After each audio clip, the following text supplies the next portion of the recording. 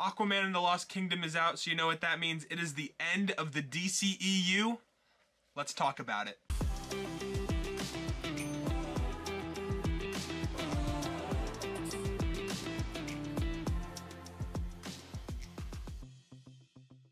Hey there, my name is Caleb, and I love diving just a little bit deeper into our favorite TV shows and movies.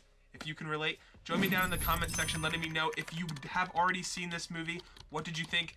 Is this the proper send-off for the DCEU? Is it not? I want to know all of that stuff down in the comment section below. I literally just got back from seeing this movie, and I have a lot of thoughts.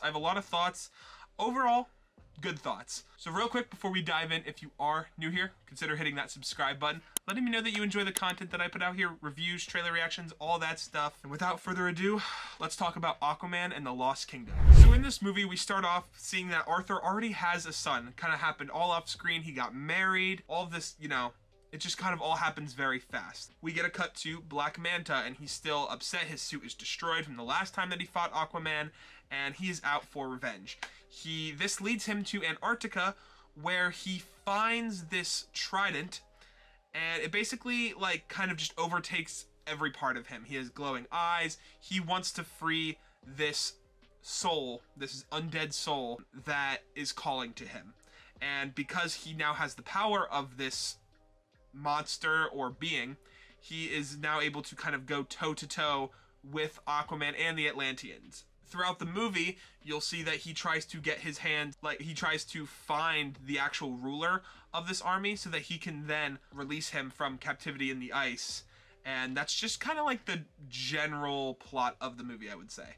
Let's dive a little bit deeper. Probably one of my favorite things about this movie was just how good it looked visually.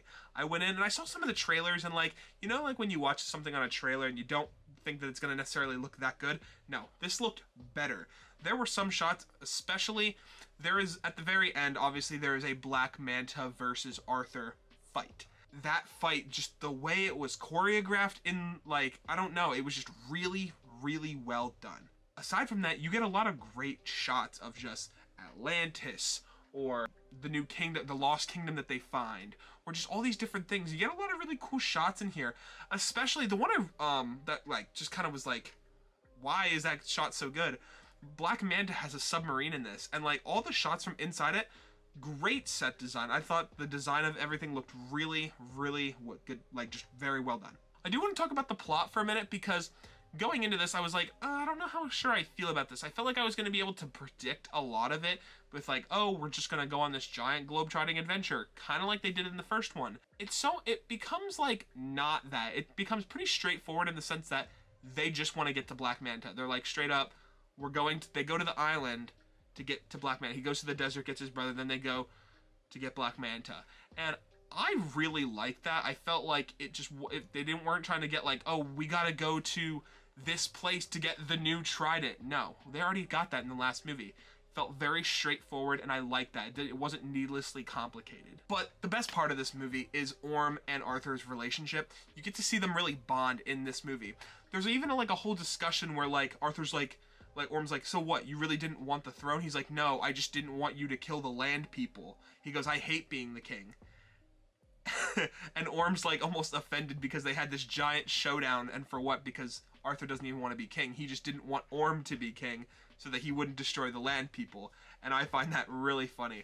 Other than that, there's a lot of other inside jokes. Obviously, with Orm now being on the surface, Arthur, like, kind of makes a lot of jokes. Like, he's like, oh, like, have you ever tried this human food? And he even makes him, like, eat a cockroach or something.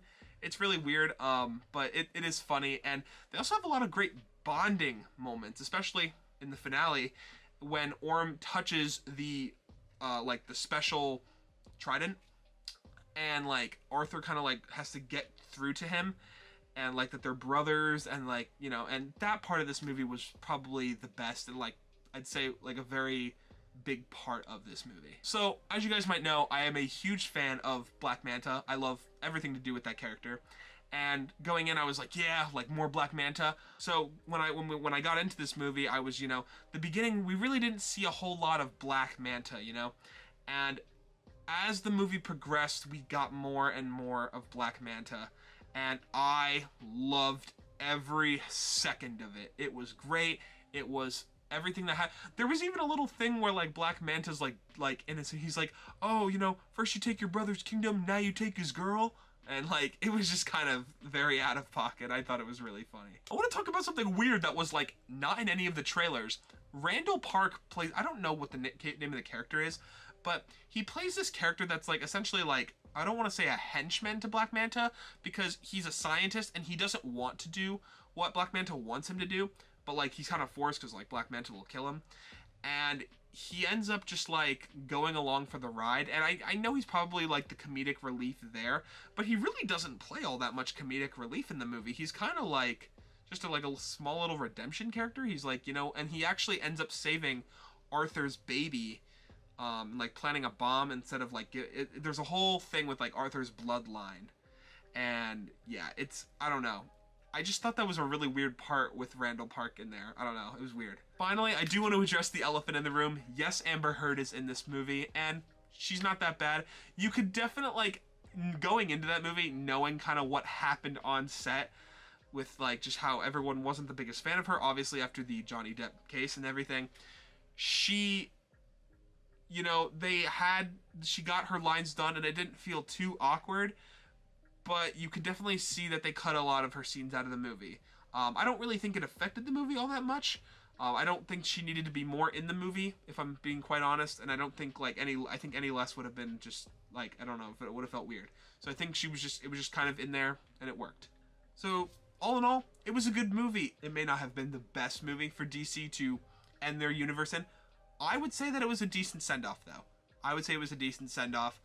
And, you know, as a close to the DC universe, or the DCEU universe, I had a good time with it. I'm gonna miss the DCEU a little bit, but I am very excited for what James Gunn has in store for his universe. So let me know what you guys all thought of Aquaman and the Lost Kingdom, or if you haven't seen it yet, let me know what you're hoping to see in that movie, and what you kind of think about like the whole Aquaman series in general. And with that said, guys, I will see you all in the next video. Have a Merry Christmas, and I'll see you next time. Peace, guys.